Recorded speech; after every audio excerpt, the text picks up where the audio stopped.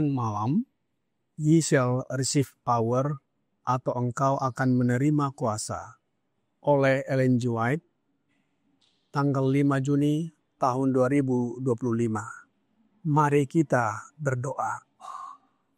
Bapa kami yang di sorga, Allah yang kami sembah melalui anak-Mu Yesus Kristus, pada malam ini kami datang menghampiri hadirat-Mu yang kudus, bersyukur dan berterima kasih oleh sebab penyertaan dan perlindungan Bapa sepanjang hari dalam setiap aktivitas dan pekerjaan kami.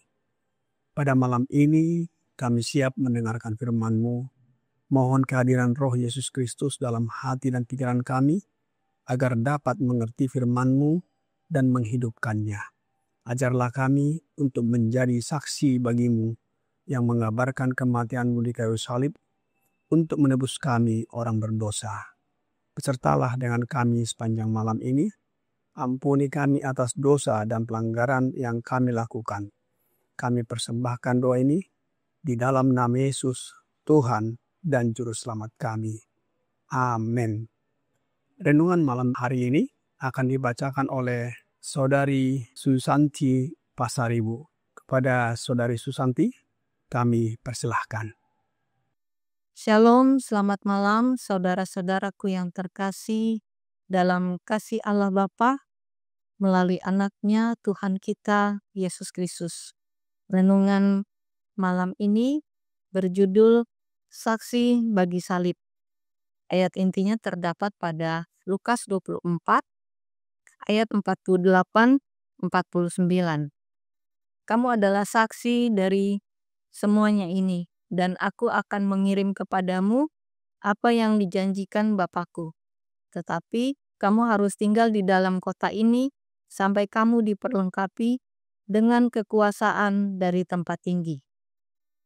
Setelah pencurahan Roh Kudus, para murid yang mengenakan perlengkapan ilahi maju sebagai saksi untuk menceritakan kisah yang luar biasa tentang palungan dan salib. Mereka adalah orang-orang yang rendah hati, tetapi mereka maju dengan kebenaran. Setelah kematian Tuhan mereka menjadi kelompok yang tidak berdaya, kecewa dan putus asa, seperti domba tanpa gembala.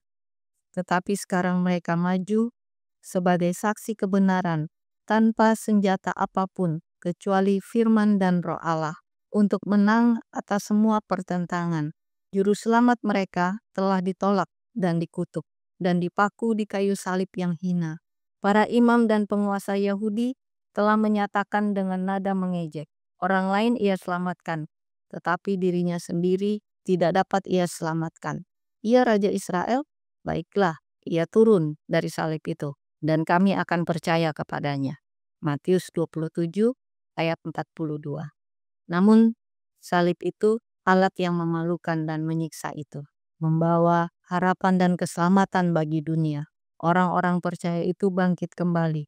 Keputusasaan dan ketidakberdayaan mereka yang disadari telah meninggalkan mereka. Mereka diubahkan dalam karakter dan dipersatukan dalam ikatan kasih Kristen. Meskipun tidak memiliki kekayaan, meskipun dianggap oleh dunia sebagai nelayan yang bodoh, mereka dijadikan oleh Roh Kudus sebagai saksi bagi Kristus. Tanpa penghormatan atau pengakuan duniawi, mereka adalah pahlawan iman. Dari bibir mereka keluarlah kata-kata yang fasih dan penuh kuasa ilahi yang menguncang dunia.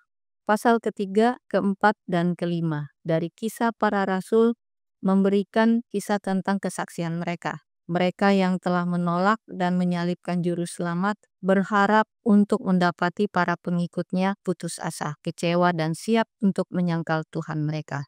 Dengan takjub, mereka mendengar kesaksian yang jelas dan berani yang diberikan di bawah kuasa Roh Kudus. Perkataan dan perbuatan para murid menggambarkan perkataan dan perbuatan guru mereka.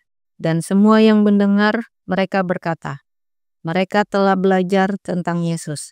Mereka berbicara seperti Dia berbicara. Dan dengan kuasa yang besar, rasul-rasul memberi kesaksian tentang kebangkitan Tuhan Yesus. Dan mereka semua hidup dalam kasih karunia yang melimpah.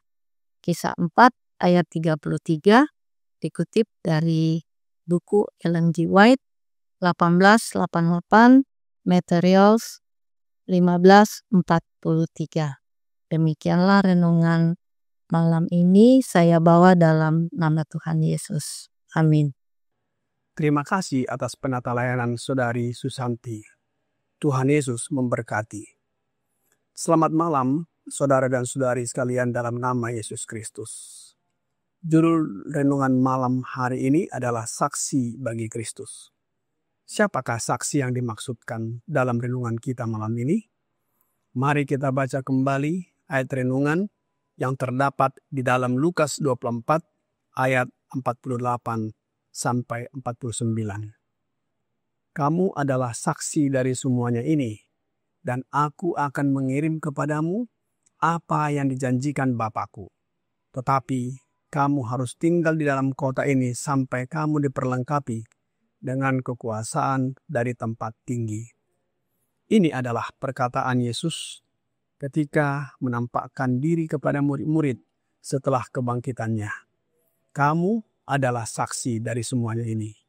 Saksi dari semua apa yang dimaksudkan oleh Yesus? Mari kita buka ayat sebelumnya, yaitu Lukas 24 ayat 46 sampai 47. Lukas 24 ayat 46 katanya kepada mereka, ada tertulis demikian, Mesias harus menderita dan bangkit dari antara orang mati pada hari yang ketiga. Lukas 24 ayat 47, dan lagi dalam namanya berita tentang pertobatan dan pengampunan dosa harus disampaikan kepada segala bangsa mulai dari Yerusalem. Murid-murid telah melihat dan menyaksikan penderitaan Yesus, disalibkan dan mati. Namun dibangkitkan oleh Bapanya, yaitu Allah Bapa pada hari ketiga.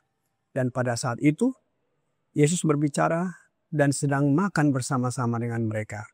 Kemudian Yesus mengatakan bahwa dalam namanya berita tentang pertobatan dan pengampunan dosa harus disampaikan kepada segala bangsa mulai dari Yerusalem. Mengapa Yesus mati dan bangkit? Rasul Paulus berkata di dalam 1 Korintus 15 ayat 17. Dan jika Kristus tidak dibangkitkan, maka sia-sialah kepercayaan kamu dan kamu masih hidup dalam dosamu.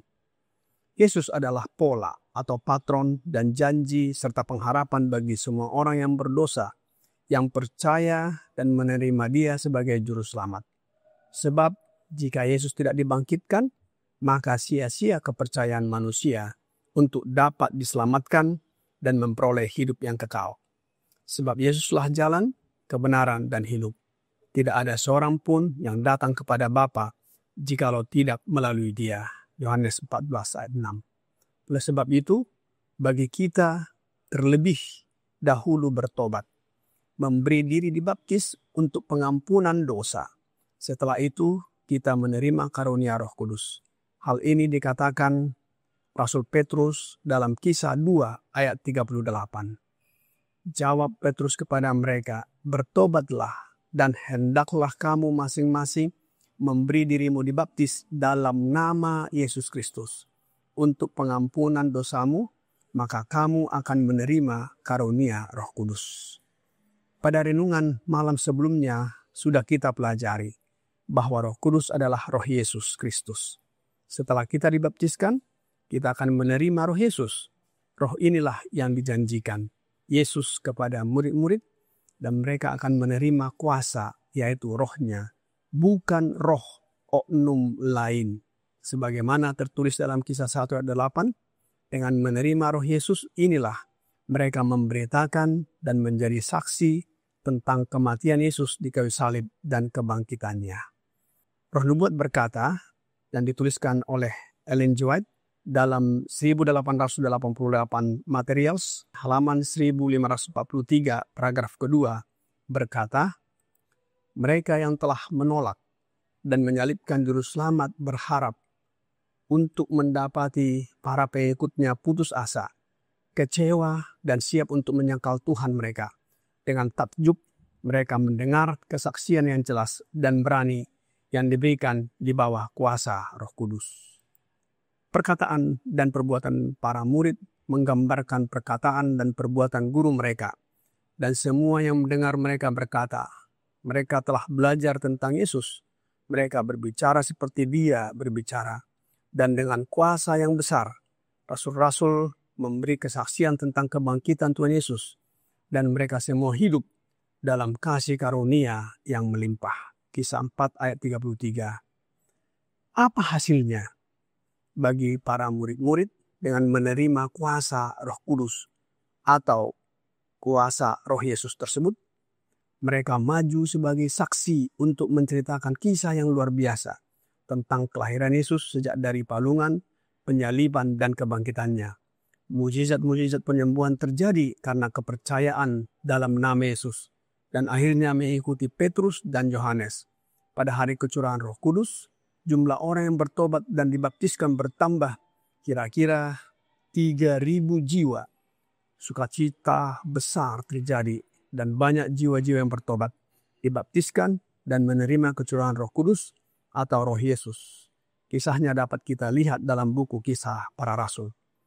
Tantangan datang dari para imam-imam dan rabi-rabi tidak senang atas pemberitaan dan kesaksian tentang Yesus yang sudah bangkit, khususnya orang-orang Saduki yang tidak mempercayai akan adanya kebangkitan orang mati. Lebih lanjut, Roh Nubuat berkata dalam material 1888, halaman 1544, paragraf kedua. Jikalau penghibur yang akan kuutus dari Bapa datang, yaitu Roh kebenaran yang keluar dari Bapa, Ia akan bersaksi tentang aku. Tetapi kamu juga harus bersaksi, karena kamu dari semula bersama-sama dengan aku. Yohanes 15 ayat 27. Semuanya itu kukatakan kepadamu, supaya kamu jangan kecewa dan menolak aku. Yohanes 16 ayat 1. Kamu akan dikucilkan dari rumah-rumah ibadat. Bahkan saatnya akan datang bahwa setiap orang yang membunuh kamu akan menyangka bahwa ia berbuat bakti kepada Allah. Yohanes 16 ayat 2-3. Dan semuanya itu akan mereka lakukan kepadamu, karena mereka tidak mengenal baik Bapa maupun aku. Tetapi semuanya itu kukatakan kepadamu, supaya apabila datang saatnya, kamu ingat bahwa aku telah mengatakannya kepadamu. Yohanes 16 ayat 4. Bagaimana dengan kita sekarang ini? Apakah kita dikucilkan, dihina, dan bahkan dibunuh ketika mengabarkan atau memberitakan tentang pengenalan akan satu-satunya Allah yang benar dan Yesus anaknya? Apakah kita dianiaya ketika memberitakan agar manusia bertobat dan dibaptiskan dalam nama Yesus Kristus dan bukan atas nama Allah Bapa, Allah Anak, dan Roh Kudus, serta menerima pengampunannya? Dengan jalan ini, menerima kuasa Roh Kudus, yaitu Roh Yesus. Kiranya renungan malam ini memberikan pengertian kepada kita dan membawa perubahan agar menuruti perkataan Yesus dan menerima karunia Roh-Nya. Tuhan Yesus memberkati kita semua. Mari kita berdoa. Bapa kami yang di sorga, kami bersyukur atas firman-Mu malam hari ini, di mana Yesus memilih kami untuk melaksanakan pekerjaan penyelamatan jiwa-jiwa dan mengajak mereka untuk bertobat dan dibaptiskan. Setelah itu akan menerima Roh-Mu yang kudus. Tolong kami ya Bapa, agar kami menerima Roh Yesus dalam hidup kami dengan iman kami kepadanya. Sehingga kami dapat mengajarkan, menjadi saksi bagi semua orang. Dan tabiat kami diubahkan menjadi sama dengan tabiat Yesus. Kasihanilah kami ya Bapa, orang berdosa ini. Mohon ampuni kami atas dosa dan kesalahan yang kami perbuat. Kami persembahkan doa ini hanya melalui Yesus Kristus yang adalah Tuhan, penolong, penghibur, perantara, dan juru selamat kami. Amin.